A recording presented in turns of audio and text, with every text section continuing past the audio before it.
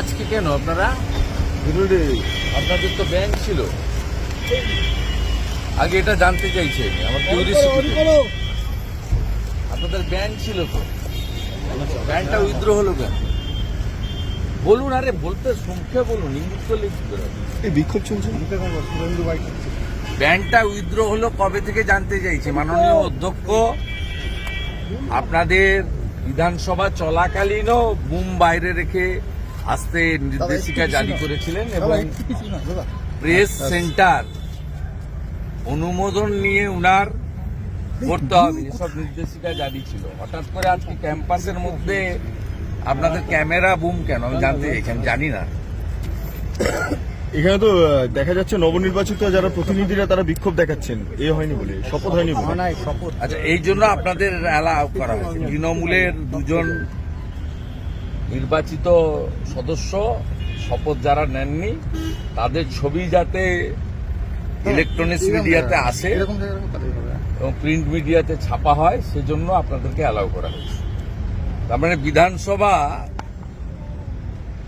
সকলের জন্য নয়, তৃণমূল কংগ্রেসের জন্য, for the TMC, by the TMC, of the TMC, not for the constitution, not of the constitution, not by the constitution.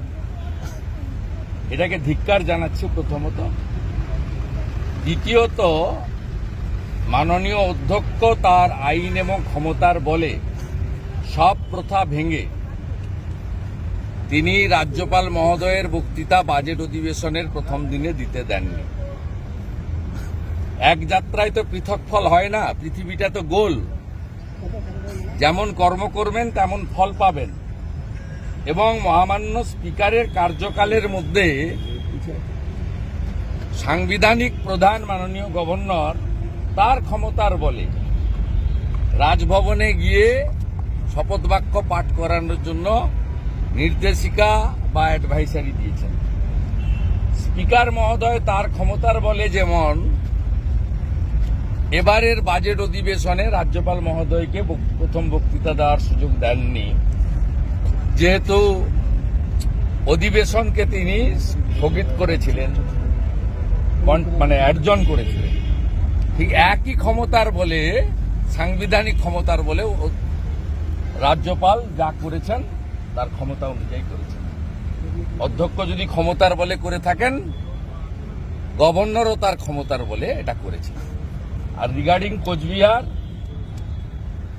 অমানবিক, বর্বর, যে মুখ্যমন্ত্রী রাজ্যের মেয়েকে ভোট দিন বলে 21-এ ক্ষমতায় এসেছিল তার আমলে মহিলারা অরক্ষিত এবং বিশেষ করে মুসলিম মহিলারা, এটা আজকে নয়, 2021 সালে রামপুরহাটের বকটুইতেও একইভাবে মুসলিম মহিলাদেরকে জ্বালানো হয়েছিল।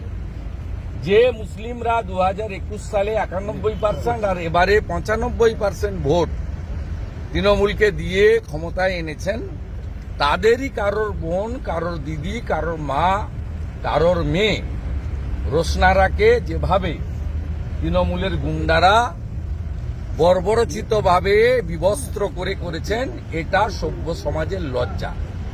আন্তর্জাতিক স্তরেও সোশ্যাল মিডিয়াতে ঝড় উঠেছে এবং আপনারা শুনলে অবাক হয়ে যাবেন। প্রথম অভিযোগ ঘোকসাডাঙ্গা থানা নেয়নি, পরে এসপির হস্তক্ষেপে নিয়েছে এবং ঘোকসাডাঙ্গা থানার আইসিকে সরানো হয়েছে। 4 জনকে কালকে গ্রেপ্তার করেছিলেন, তার মধ্যে 2 জনকে সকালবেলা ছেড়ে দিয়েছেন। আর বাকি যে 2 জনকে ধরেছেন তার মধ্যে একজনের নাম এফআইআরে নেই, তিনি রোশনারার ক্লোজ রিলেটিভ। আমরা ইতিমধ্যে as a leader of opposition জাতীয় মহিলা কমিশন, জাতীয় মাইনরিটি কমিশন এবং ন্যাশনাল হিউম্যান রাইটস কমিশনকে আমি এক্ষুনি সই করব যে খানিকক্ষণের মধ্যেই মেল করে টিম পাঠানোর জন্য অনুরোধ করব। একটু আগেই কোচবিহার জেলা বিজেপির সভাপতি মাননীয় বিধায়ক সুকুমার রায়ের মোবাইল থেকে আমার সঙ্গে বোনের কথা হয়েছে, তার পাশে আমরা সবাই আছি, এটা আমরা জানালাম। ভারতীয় জনতা পার্টির মহিলা বিধায়করা সোমবার দিন থেকে বিধানসভার গেটে আম্বেদকরজির মূর্তির কাছে বা পাশে এই অত্যাচারিতার পক্ষে ধর্নাতে বসবেন। আর এই थोड़ा डिस्टेंस मेंटेन करके कोई दिक्कत नहीं, वो टीएमसी को इजाजत दिया, बीजेपी को देगा। अच्छा दादा, दूसरा चीज ये लोग ये तो होना ही चाहिए। दादा ओथ को लेकर के जिस ये कोई पार्टी ऑफिस तो नहीं है, ये तो कॉन्स्टिट्यूशन का टेम्पल है। दादा राजभवन के लिए बोला जा रहा है कि सेफ नहीं है महिलाओं के लिए, इसलिए शांतिका वहाँ नहीं जाएंगी। आज राजभवन से जो स्टेटमेंट आया, मुंह तोड़ जवाब दिया। हम लोग गवर्नर को सपोर्ट करते हैं, एक घटिया बात है। Central government should take appropriate action. This type of unethical statement by the administrative chief of the state against the constitutional chief of the state. दादा हॉकर्स के लिए जो बोला जा रहा है कि दूसरी वो खत्म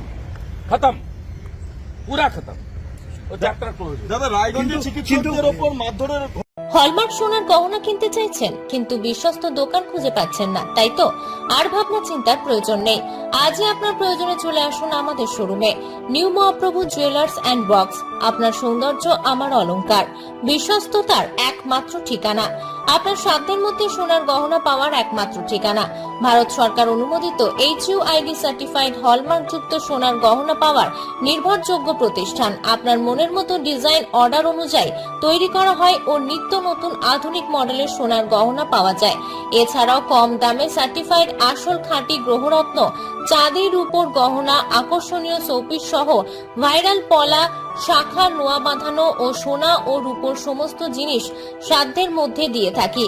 আমাদের ঠিকানা মিলননগর, পশ্চিম বাজার, সোনাপেত্তা টোল প্লাজার নিকট, গোবিন্দপুর, পূর্ব মেদিনীপুর। আমাদের ফোন নম্বর 8016055885 অথবা 7001738190। মার্বেল কেনার একমাত্র নির্ভরযোগ্য ঠিকানা marble hub. Design your dream house.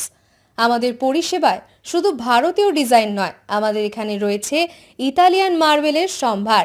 Marble ঘাঁটি রাজ্য রাজস্থান থেকে আসা সমস্ত ধরনের মার্বেল পাওয়ার সেরা ঠিকানা মার্বেল হাব।